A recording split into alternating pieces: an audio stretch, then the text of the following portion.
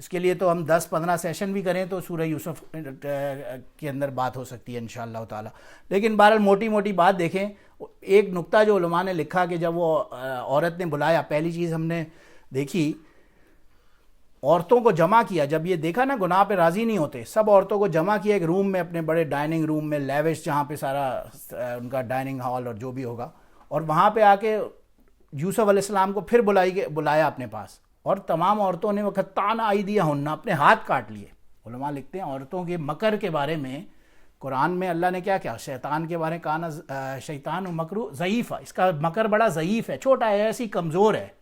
اور عورت کے بارے میں آیا ان کنہ قید عظیم، اس کا مکر بہت ہی بڑا ہے، اس سے بچنا اتنا آسان کام ہے نہیں. بہرحال انہوں نے ہاتھ کاٹ لیے، پھر جیل چلے گئے. جیل میں بھی ان کو موقع ملا جانے کا، انہوں نے کہا نہیں، پہلے ان عورتوں کا کیا معاملہ ہوا. بہرحال لانگ سٹوری شارٹ، جیل سے پھر گئے اور فائنلی ان کا صبر اور شکر کا جو معاملہ تھا، اللہ نے انہیں مصر کا گورنر، فائنانس منسٹر بنا دیا. انہوں نے فائنانس منسٹری کیوں لی؟ آج اگر آپ ورلڈ اکنامکس کو اسٹڈی کریں اور دیکھیں تو یہ آج کل کے لوگ، انہوں نے وہ یوسف علیہ السلام کی سٹوری سے ایگزامپل لیا، اس کو پکڑا اور انہوں نے سیکھا کہ once you control the finances, economics of a certain place, everything is under your control.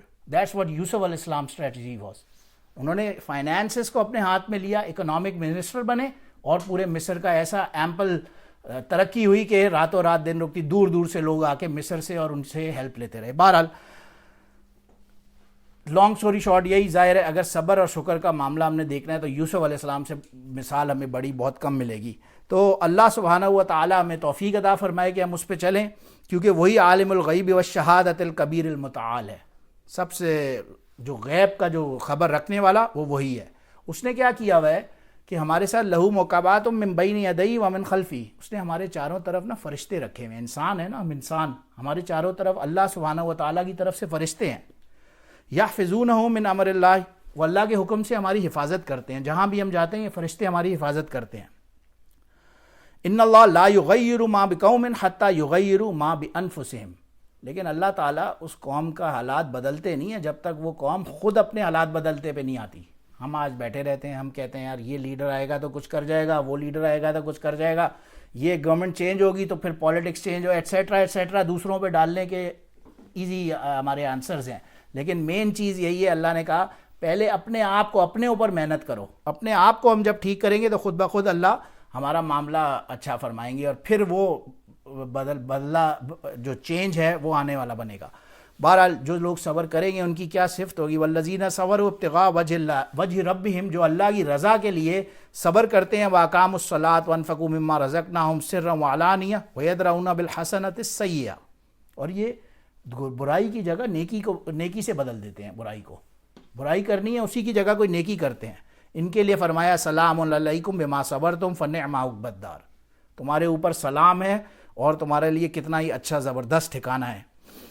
تو بہرحال ہم لوگ کیونکہ دنیاوی معاملات میں اتنا رائٹ لیفٹ بزی ہوتے ہیں، اپنے آپ کو ہم نے اتنا فکس رکھا ہوا ہے. حدیث پاک میں آتا ہے نا، نعمتان مغبون فیہما کثیر من الناس الصحۃ والفراغ. دو چیزیں ایسی ہیں جس کے بارے میں میجورٹی لوگ جو ہیں وہ غفلت میں پڑے ہوئے ہیں، ان کو پتہ ہی نہیں ہے. ایک پہلی چیز ان کی صحت، اور دوسری چیز فراغت. آج ہمارے پاس صحت ہے نا، ہم لوگ بالکل ایکٹیو ہیں، ہمارے پاس انرجی بھی ہے، اسٹرینتھ بھی ہے. ہمارے یہ امیجنیشن میں بھی نہیں آتا کہ کبھی ہمارے اوپر بھی خدا نہ خواستہ اللہ نہ کرے اللہ کے حکم سے کوئی برائی یا بیماری آ سکتی ہے. ہمارے امیجنیشن میں بھی نہیں آتا. آج ہمارے پاس فارغ وقت ہے، ہم بیٹھ کے اللہ کے راستے میں کوئی نہ کوئی کام کر سکتے ہیں، دین کا یا اپنے ایمان کے اوپر محنت کر سکتے ہیں. لیکن ہمیں تو 100 کام پڑ جاتے ہیں، ہمارے XYZ اتنے کام ہیں ہمیں کہ ہم کیسے نکالیں ٹائم. تو یہ جو فارغ ٹائم ہے اس کے بارے میں اکثر لوگ غفلت میں پڑے ہوئے ہیں، کیونکہ اصل جو ایمان ہوتا ہے وہ تو دل کے اندر ہوتا ہے. اس کو دل کے اندر ایمان کو جانے کے لیے کوئی نہ کوئی محنت کی ضرورت ہوگی، کسی راستے پہ نکلنے کی ضرورت ہوگی. کوئی دعوت و تبلیغ کے کام میں یا تو نکلے گا، یا کسی پیر سے شیخ سے کسی بیعت ہوگا، یا مختلف جو بھی اس کے ہمیں بتائے گئے ہیں راستے، ان کے اوپر جا کے اور پھر ایمان مضبوط ہوگا. گھر بیٹھے بیٹھے تو ایمان ہمارا مضبوط ہو نہیں سکتا. اللہ کے حکم سے تو ہو سکتا ہے، نعوذ باللہ، اللہ کے لیے کوئی بات ظاہر ہے مشکل نہیں ہے، کچھ ہو تو کچھ بھی سکتا ہے. لیکن جو ایک پیٹرن ہے، ایک جو عام عرف جس کو بولتے ہیں، اس کا یہی طریقہ ہے کہ جب محنت ہوگی تو علم اپنے اوپر ایمان خود بخود مضبوط ہوگا. اور جب ایمان مضبوط ہوگا تو آپ کے دل کے اندر سکون ہوگا. دل کے اندر سکون آنے کا آسان اینڈ بیسٹ ترین طریقہ یہاں پہ سورہ رات کے اندر آج گزرا. الذین آمنوا وتطمئن قلوبہم بذکر اللہ الا بذکر اللہ تطمئن القلوب. جو دلوں کا ذکر, جو قلوب کا جو اطمینان ہوگا وہ صرف اور صرف اللہ کے ذکر کے اندر ہوگا.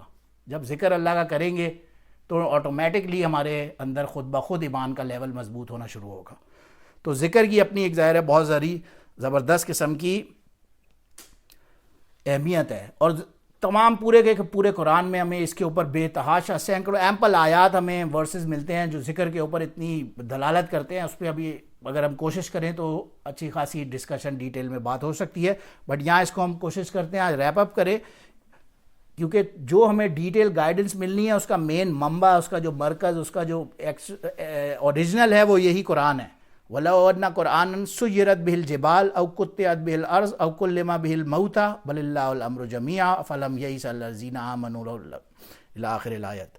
اگر اس قرآن کو کسی آسمان پہاڑ پہ اتار دیا جاتا, یا اس کی جگہ زمین ٹکڑے ٹکڑے ہو جاتی, یا مردہ اٹھ کے, یعنی کلما بہل موتا, ایک ڈیڈ پرسن ہے وہ اٹھ کے بات کرنا شروع کر دیتا, تو بھی وہ ہوتا اللہ کا تمام یہ جو کچھ بھی ہے یہ ہے تو اللہ کا یہ آرڈر, اللہ کا یہ حکم. وَإِذْ تَعَذَّنَ رَبُّكُمْ لَئِن شَكَرْتُمْ لَأَزِيدَنَّكُمْ وَلَئِن كَفَرْتُمْ إِنَّ عَذَابِي لَشَدِيدٌ. مین لباب بات کا جو کرکس ہے, جو نیوکلیس ہے اس بات کا, وہ یہی ہے کہ صبر اور شکر کسی طرح سے ہمارے اندر یہ جو صفت ہے یہ ہمارے اندر آئے.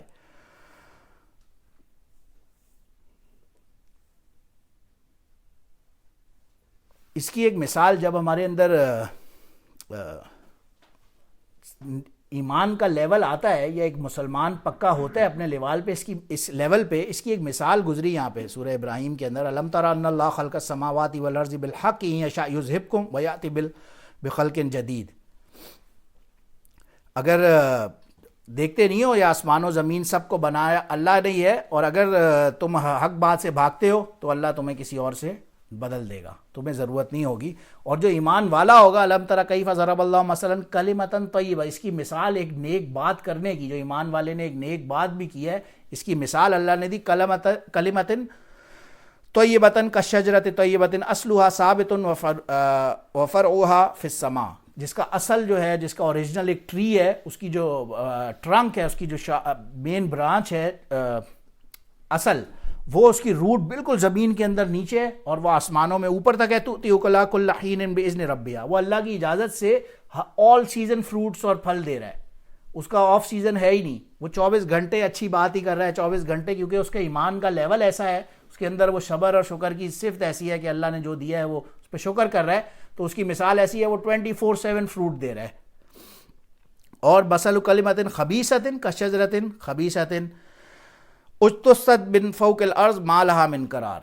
اور ایک جو غلط بات ہے, جو اگینسٹ مومن والی بات ہے, گندی بات ہے, خبیثۃ کلمۃ کہا, جو غلط بات ہوگی اس کی مثال ایک درخت ایسا ہے جو ہے تو بہت ہی مضبوط, لیکن اس کی روٹ کوئی زمین کے اندر ہی نہیں ہے, وہ گویا زمین سے باہر ہے, اور وہ ایسے ہی زمین پہ رول ہو رہا ہے, اس کا اپنا کوئی ٹھکانہ ہی نہیں ہے.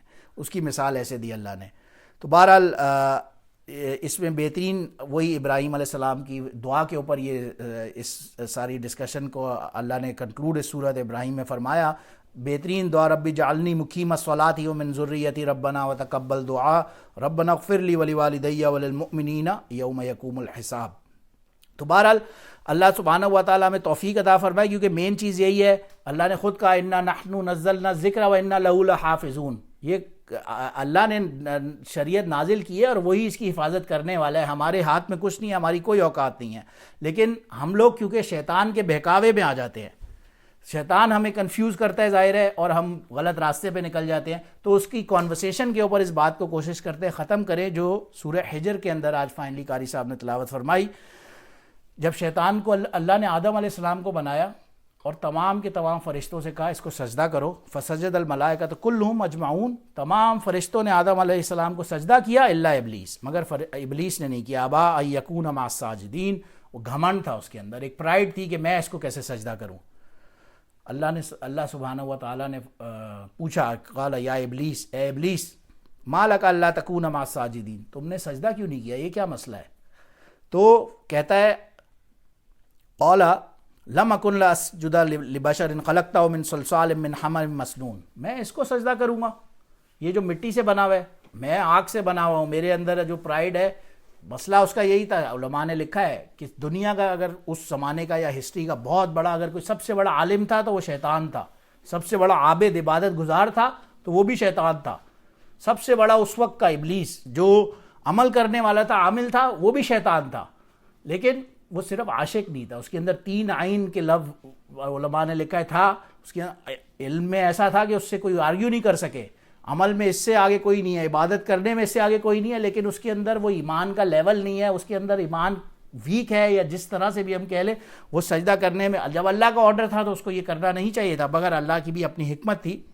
تو وَإِنَّ عَلَيْكَ اللَّعْنَةَ إِلَىٰ يَوْمِ الدِّينِ قَالَ رَبِّ فَانظُرْنِي إِلَىٰ يَوْمِ يُبْعَثُونَ. پھر شیطان بھی بڑا ظاہر عالم تھا اور انٹیلیجنٹ تھا، اس نے فوراً بولا کہ اے اللہ آپ ٹھیک ہے مجھے جنت سے تو نکال دیں لیکن مجھے ایک مہلت دیں.